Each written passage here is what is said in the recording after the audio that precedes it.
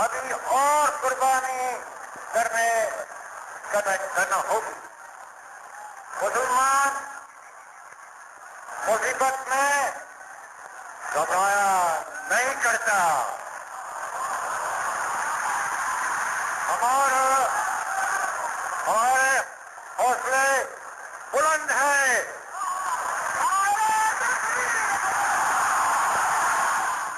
The partition of British India into independent Muslim and Hindu dominions in 1947, achieved by the gallant Muslims, is an unparalleled feat, stimulated by their great leaders.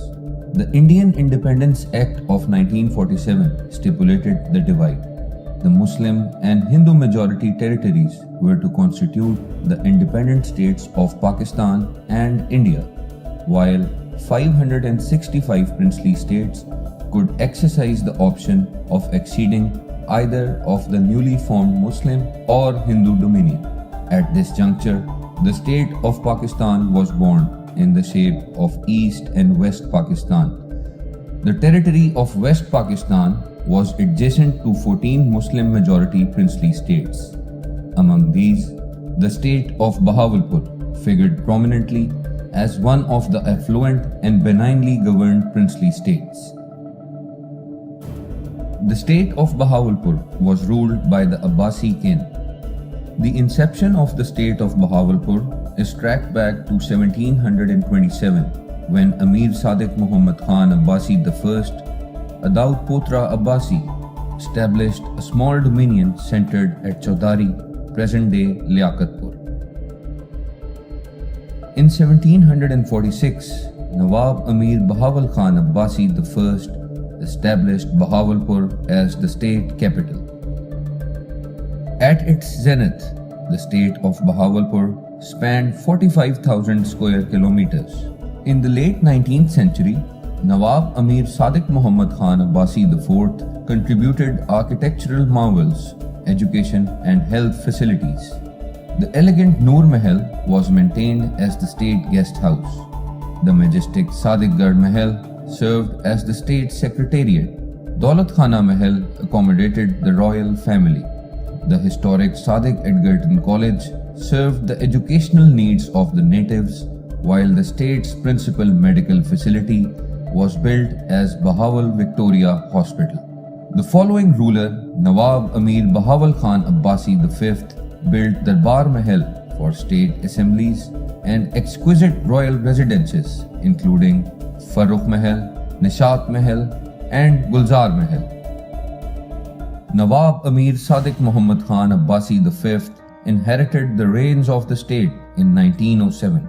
He is revered as one of the most iconic and influential princely state rulers in the subcontinent.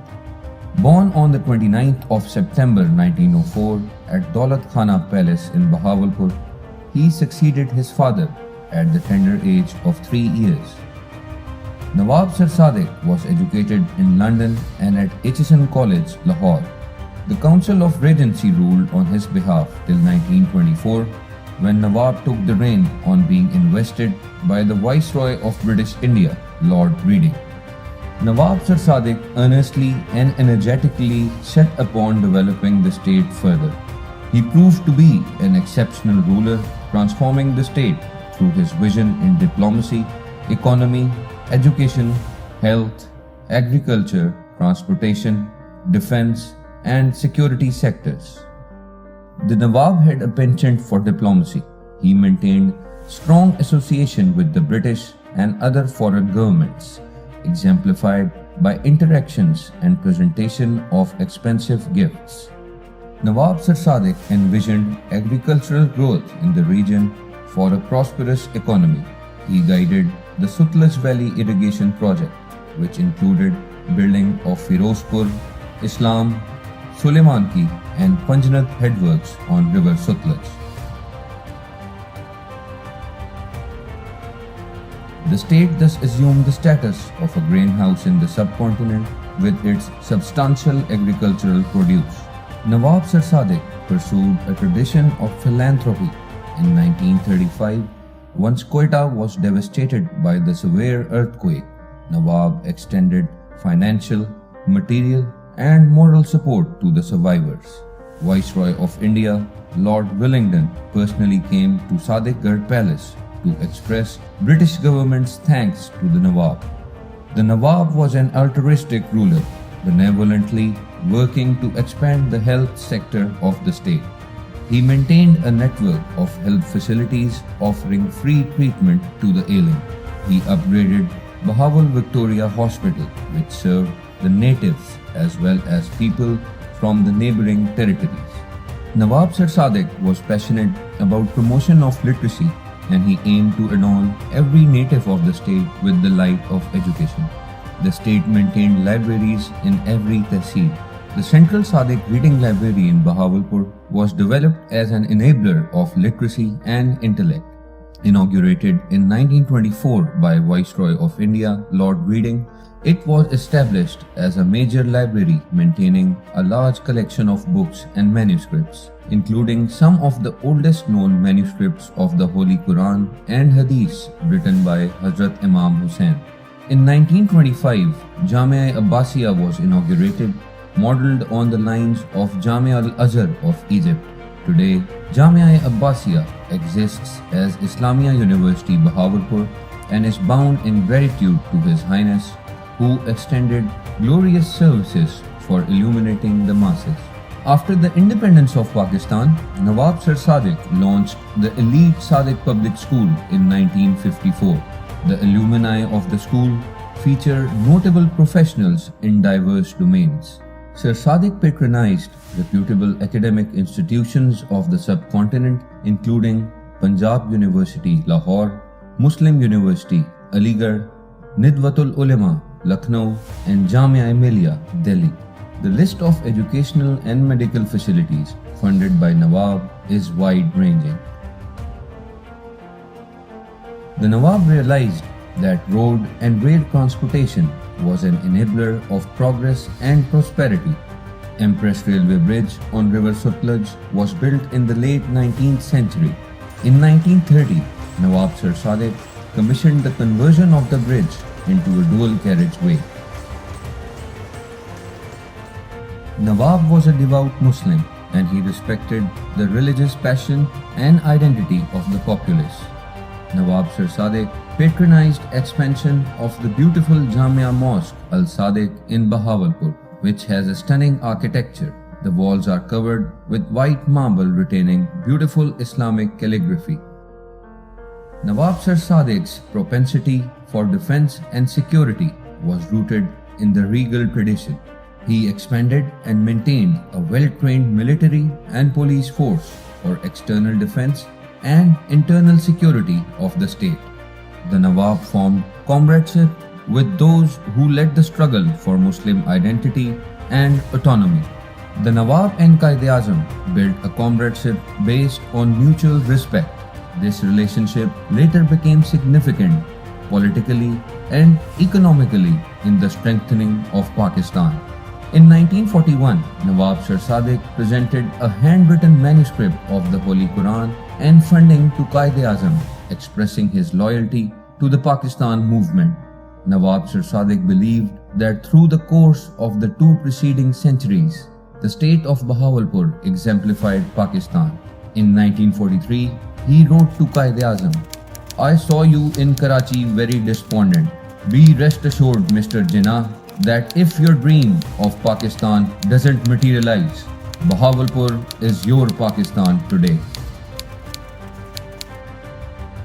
At the conclusion of the Second World War, British government paid £52,000 compensation to the state of Bahawalpur. The Nawab gifted this amount to the Qaid as funding for Pakistan movement.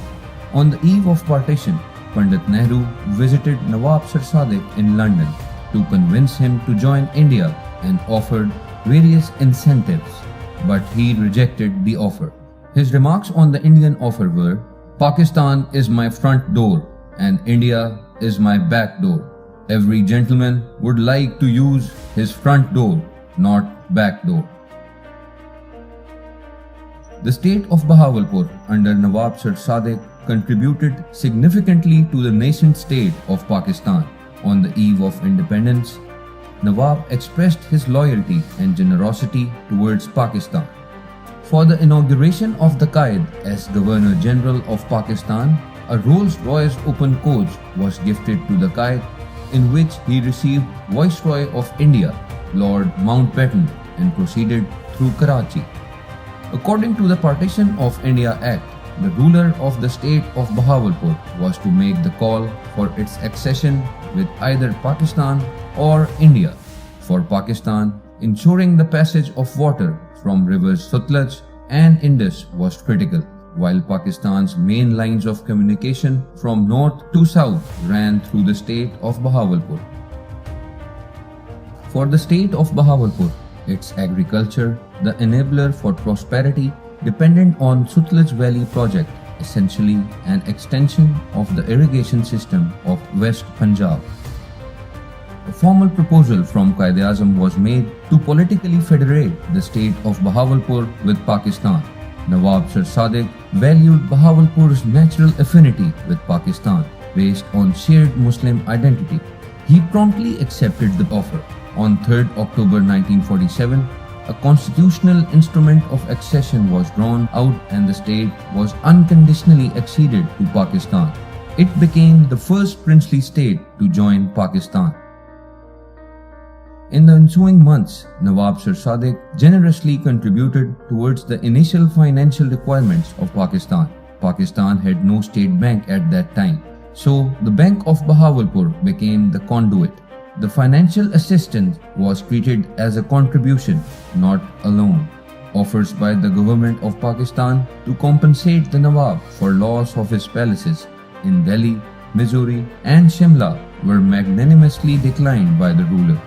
He gifted 72 million rupees and 22,000 tons of wheat to the government, while salaries of the government employees during the initial months were drawn from the treasury of Bahawalpur state. He provided gold to British Central Bank as assurance for issuance of currency for Pakistan during the initial months. He also gifted aircraft to the national airline. State of Bahawalpur's forces, comprising a brigade group and including infantry battalions, artillery regiment and supporting elements, became a distinguished constituent of Pakistan Army. A few years later, Nawab Sir Sadiq was honored with the rank of General in Pakistan Army.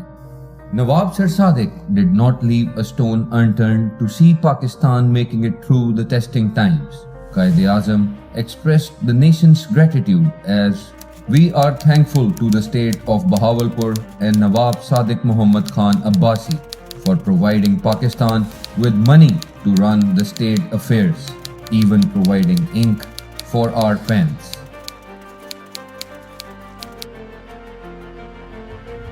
In 1959, President Ayub Khan visited Sadiqgarh Palace and invested Nawab Sir Sadiq with the highest civil award of Pakistan, Order of the Nishan-e-Quaid-e-Azam.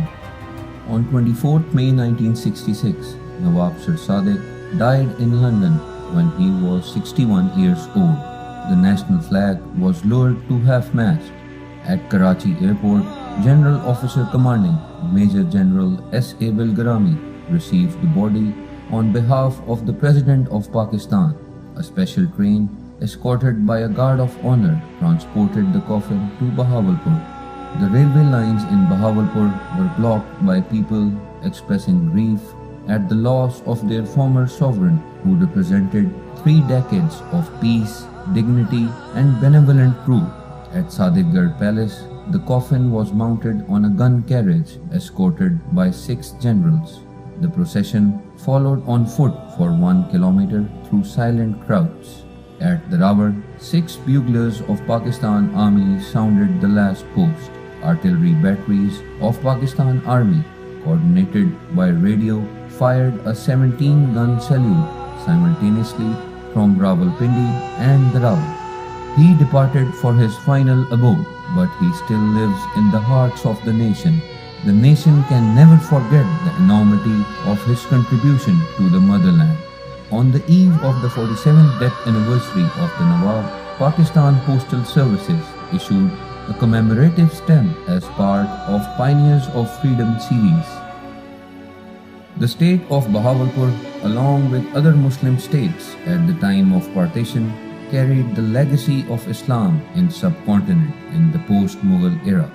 The Muslim rulers of princely states, which formed part of Pakistan, significantly contributed towards the country. Today, while facing the most challenging of times, we should commemorate the resolute patriot Nawab Sir Sadiq. He has left a legacy of sacrifice, nobility, honor, prestige, and nation building.